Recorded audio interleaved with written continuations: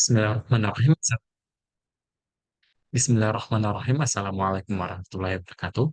Perkenalkan, saya Muhammad Fadil Febriansyah dengan nomor MPMN 2206810004 pada kuliah mata kuliah Fisika Material 3 ini diadakan tugas berupa review jurnal. Jurnal yang saya dapatkan yaitu berjudul Microstructure and Strengthening Mechanism in Cold Drawn Pearlitic Steel Wire.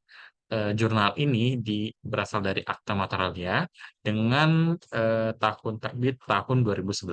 Penulisnya ada Xiaodong Zhang, Andy Godfrey, Xiao Su Huang, Niels Hansen, dan Cheng Liu.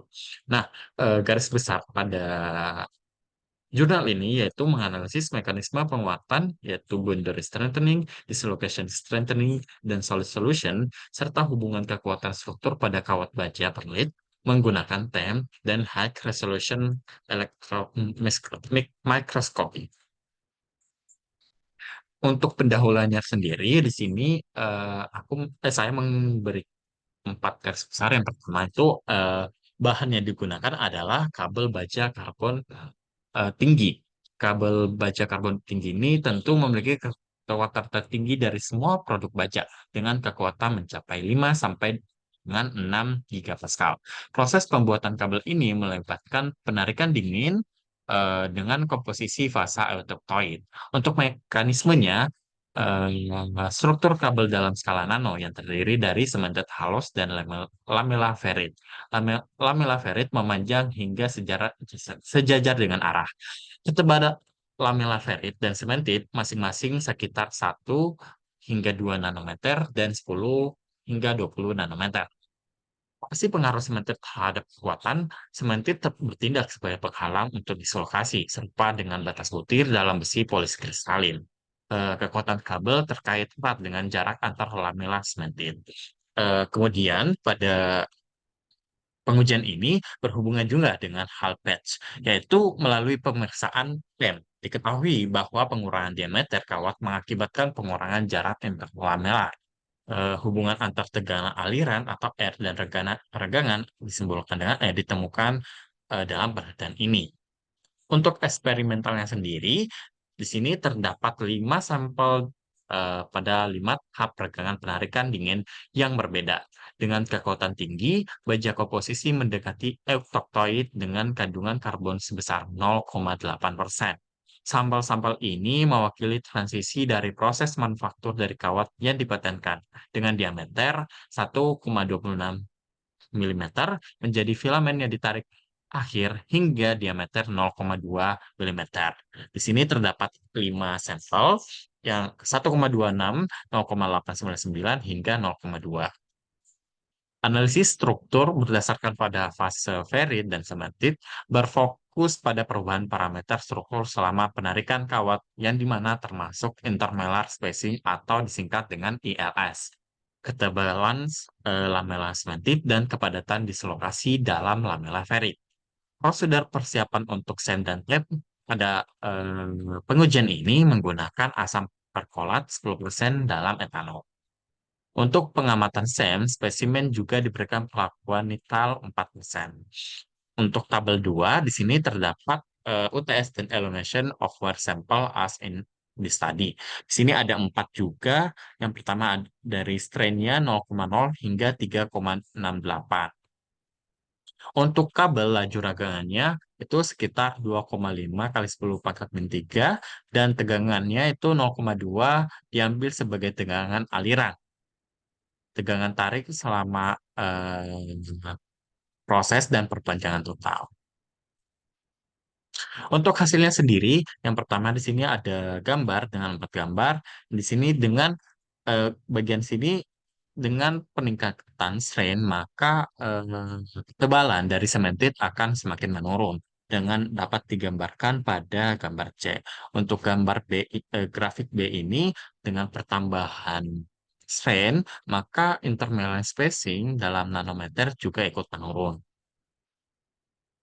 Plat sementit di sini dimaksudkan sejajar meningkat dengan regangan menurun. sekitar 97%. Pengurangan ketebalan lamela ferrit dan ketebalan lamela sementit diukur dan dihubungkan dengan regangan penarikan. Diasumsikan sementit berkurang sesuai dengan diameter kawat.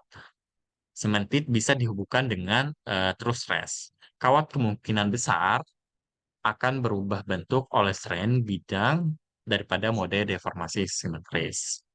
Ketebalan sementit diukur Ketebalan sementit diukur sekitar 2,9 nanometer, sementara ketebalan yang diukur adalah 2,1 nanometer untuk yang erit. Perbedaan ini menunjukkan ada dekomposisi sekitar 30% BT%, sementit dengan sekitar 1,1% karbon memperkaya ferit berdasarkan konsentrasinya eh, dari 3,63% menjadi 0,8 karbon.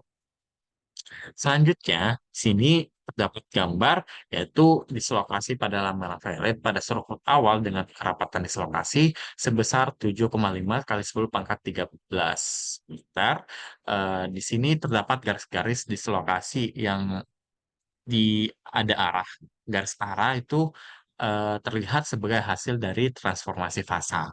Untuk yang gambar di sebelahnya, itu merupakan konfigurasi dislokasi pada lembaran ferrit yang sejajar dengan arah gambar. Regangannya itu sekitar 0,68. Sebagian besar dislokasi tersebar di dalam lamela ferrit dengan dua ujung garis terletak dalam batas ferrit atau sementit. Perhitungan kerapatan dislokasi memberikan nilai sekitar 7,1 kali 10 pangkat 14 meter. Terjadi reorientasi sementit, yaitu suatu proses yang melibatkan pita geser dan pengeritingan butir. Nah, untuk kesimpulannya pada di sini ada terdapat dua. Yang pertama, pengurangan jarak antar lamela dan penipisan ketebalan lamela semented hingga regangan 2,5. Pada regangan lebih tinggi, sekitar 3,7. Penipisan sementit ini meningkat, menunjukkan dekomposisi sementit dan karbon dari lamela ferrit. Kepadatan dislokasi dalam lamela ferrit juga meningkat sekitar 2 kali 10 pekat 16 pada regan tertinggi. Kepadatan dislokasi yang tinggi juga diamati interface ferrit dan sementit. Untuk yang kedua, analisis mikrostruktural dapat diidentifikasi dengan tiga mekanisme. Yang pertama itu penguatan batas yang dimana meningkat dengan penurunan jarak antar lamela sementit. Untuk yang kedua, penguatan dislokasi meningkat dengan peningkatan kepadatan dislokasi dalam lamela ferrit. Dan yang ketiga, pengerasan larutan padat meningkat dengan konsentrasi karbon dalam lamela ferrit. Sekian dari saya, lebih kurangnya mohon dimaafkan. Assalamualaikum warahmatullahi wabarakatuh.